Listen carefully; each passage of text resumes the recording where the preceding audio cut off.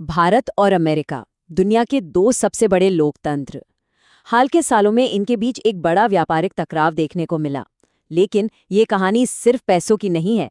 नहीं, ये कहानी है एक बहुत बड़े रणनीतिक बदलाव की, जिसने दुनिया भर में ताकतों का समीकरण ही बदल कर रख दिया।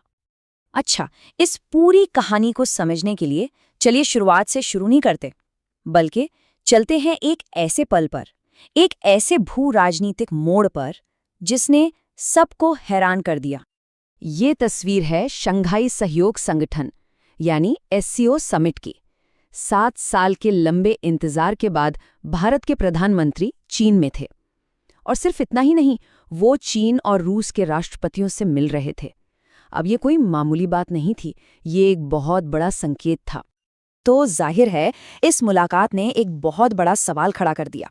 सवाल ये कि भारत और उसके सबसे बड़े लोकतांत्रिक पार्टनर अमेरिका के बीच आखिर चल क्या रहा था? बात यहां तक पहुंची कैसे? ये समझने के लिए कि बात इतनी कैसे बिगड़ी, हमें थोड़ा पीछे जाना होगा। एक ऐसे वक्त में जब इन दोनों देशों के रिश्ते एक बहुत ही ऊंचे सपने पर टिके थे। वो सपना था $500 अरब का। जी हां, $500 बिलियन। अमेरिका और भारत ने अपने द्विपक्षीय व्यापार के लिए एक बहुत बड़ा लक्ष्य रखा था, जिसे नाम दिया गया था मिशन 500। सोचिए, ये लक्ष्य सिर्फ एक नंबर नहीं था, ये दोनों देशों के बीच एक गहरे होते रिश्ते का, एक मजबूत होती आर्थिक और रणनीतिक पार्टनरशिप का प्रतीक था। ये भविष्य का एक रोड मैप था। लेकिन ये जो इतना बड़ा सपना था, ये बहुत जल्द टूटने लगा। और इसकी शुरुआत हुई एक ऐसे कदम से जिसकी उम्मीद शायद किसी को नहीं थी। तत्कालीन अमेरिकी राष्ट्रपति डोनाल्ड ट्रंप ने भारत को एक नाम दिया, सरेआम, टैरिफ किंग। और बस ये एक शब्द ही काफी था ये बताने के लिए कि अब पॉलिसी में एक बहुत बड़ा, एक नाटकीय बदलाव आने वाला है। और फिर एक्शन शुरू हुआ। साल 2018 में अमेरिका ने भारत से आने वाले कई सामानों पर भारी भरकम टैरिफ लगा दिए। कुछ चीजों पर तो ये रेट बढ़कर पता है कितना, 50% तक पहुंच गया। अब जरा सोचिए इसका असर कहाँ पड़ा होगा। सीधा उन इंडस्ट्रीज पर जो भारत की अर्थव्यवस्था की रीढ़ हैं। Textiles, James and jewellery, leather का सामान, खाने पीने की चीजें, वो सेक्टर जो लाखों करोड़ों लोगों को रोजगार देते हैं। तो अब गेंद भारत के पाली में थी। सवाल ये था कि भारत इसका जवाब कैसे देगा। क्या वो चुप रहेगा? नहीं, भारत का जवाब भी उतना ही दमदार था।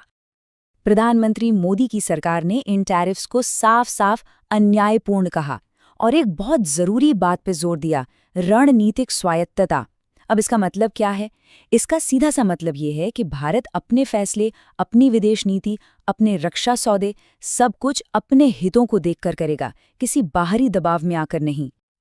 और इसका एक जीता जागता उदाहरण हमें देखने को मिला एनर्जी इंपोर्ट्स में। अपनी राष्ट्रीय जरूरतों को सबसे ऊपर रखते हुए पश्चिमी देशों के दबाव के बावजूद भारत ने रूस से तेल खरीदना जारी रखा। और देखिए, ये सिर्फ सरकार की बात नहीं थी, देश के अंदर भी माहौल काफी गर्म था। बाबा रामदेव जैसे बड़े चेहरों ने तो अमेरिकन ब्रांड्स के बायकॉट तक की अपील कर डाली और इसे आर्थिक गुंडागर्दी का नाम दे दिया।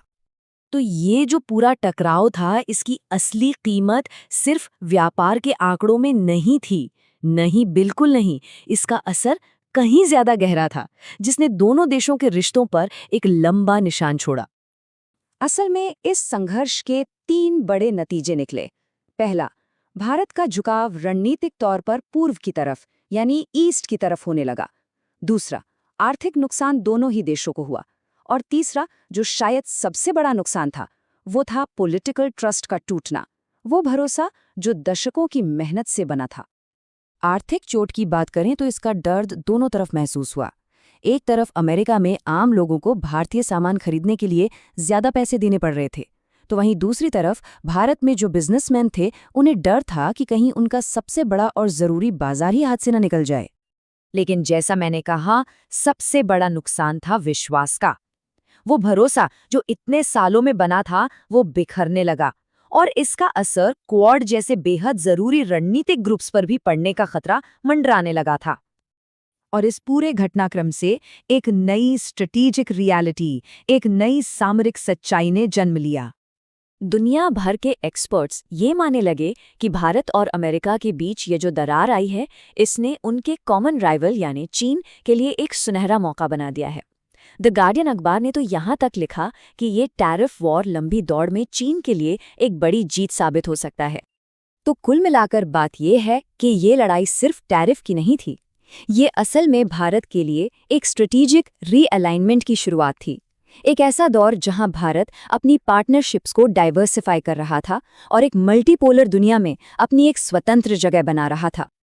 और ये सब हमें एक बहुत बड़े सवाल पर लाकर खड़ा कर देता है। सवाल दुनिया के सबसे अहम रिश्तों में से एक के भविष्य का है कि क्या ये दो महान लोकतंत्र अपने मतभेदों को सुलझाकर आगे बढ़ेंगे या फिर ये दरार और भी गहरी होती जाएगी। इस सवाल का जवाब जो भी हो वो आने वाले वक्त में पूरी दुनिया की जियोपॉलिटिक्स को तय करेगा।